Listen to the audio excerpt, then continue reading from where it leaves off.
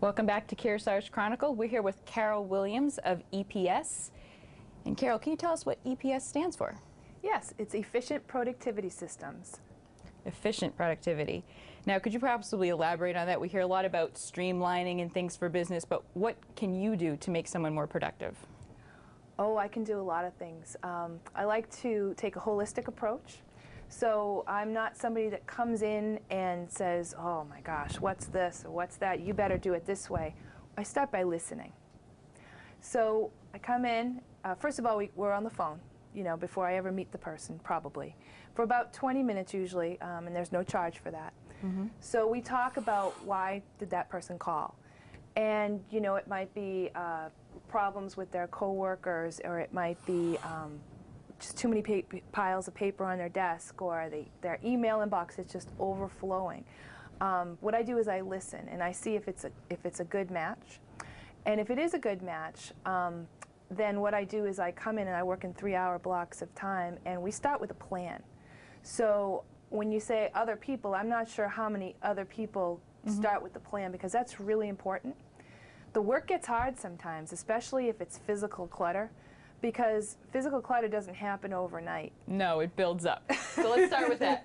Physical clutter, it's the beginning of the year. Everyone likes to get to their desk. I know I do every year. I'm like, okay, it's January. I'm going to have a whole new system of filing and organizing so everything goes smoother. So let's say I'm sitting down at my desk. What can I do to have all the things coming at me from directions, make it simpler and more efficient? Make it simpler and more efficient. Well, one thing I do is I teach the GO system, and in the GO system we talk about something called the 5x5 habit. Okay. So there's 5 ways that things are coming in at you, and then there's 5 ways you can deal with it. So things that are coming in at you are voicemails, emails, things that you think of yourself to do. Somebody walks by and asks you to do something. There's paper that comes in at you. So those are 5 examples of what might be coming in at you. Then you can do 5 different things about it. Think about it. So you can discard. I like that one. Don't bring the junk mail in, right? Try to turn it off. You can delegate, and we have a whole section on delegating. You can reference file something, and that's something else altogether. You can put it, file it for immediate follow-up, or you can do it right then and there. If it's 2 minutes or less, it's the 2-minute rule. Then you can just deal with it right then and there. So it sounds like the GO system is a way of prioritizing everything that gets thrown at you at once. Right, because there's all this stuff always coming at us. And we think that later, the illusion of later, we think a later will come, and later never does come. There's atomic clocks out in Colorado, and they measure the seconds of every day, not 24 hours, but they measure it by the seconds. And the most that happens is there's a leap second that happens every few years. So I'm counting on that second. I already have something planned for it. It's probably in the BlackBerry somewhere. Did that answer your question? I get sidetracked easily. No.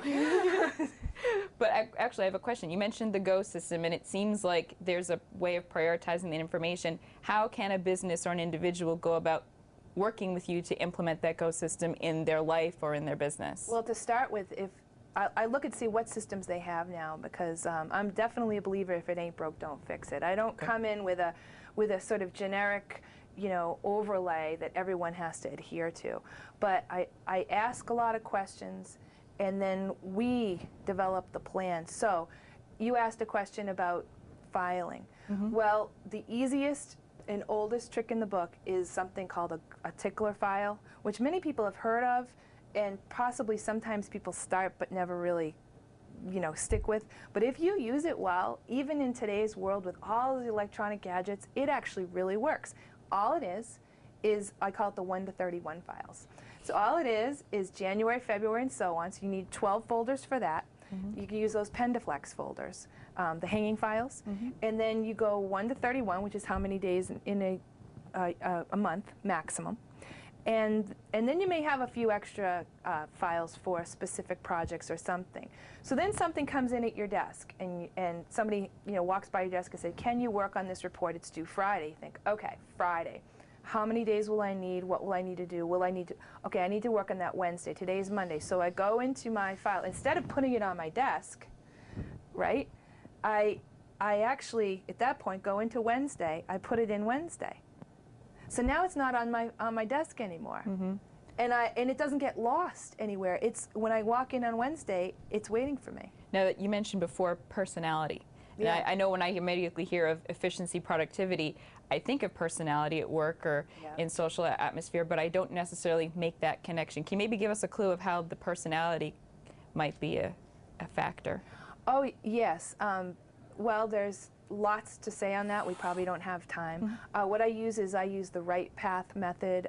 It's an online assessment. There are some people who have to be the leader. There's some people that could be the leader, and other people that don't want to be the leader at all. And so if you're constantly working in a leader position, but you'd rather be on the sidelines, you ever seen one of those exerciser grips and you're holding like this? You're working all day long like this. And at the end of the day, it's no wonder you don't have any energy left. So there's a good example of you have a leader personality, or you don't have a leader personality, but you're in the wrong position. See what I mean? Well, before we close, I have two things I'd like to ask you. First of all, how can we get in contact with you? Because you've given us several practical things we can work on. And what if someone wants to elaborate a little bit more with you? Okay. Well, they can call me. It's 603-848-4732. I answer calls within 24 hours on business days, open 8 to 5. They could also go to my website, which has a lot of useful information and links, and that's efficientproductivity.com. Thank you. And just one quick thing, if one piece of advice for the new year that we might not think of, what would you tell people? Just say no! It's okay to say no. Get more done by doing less. Thank you very much.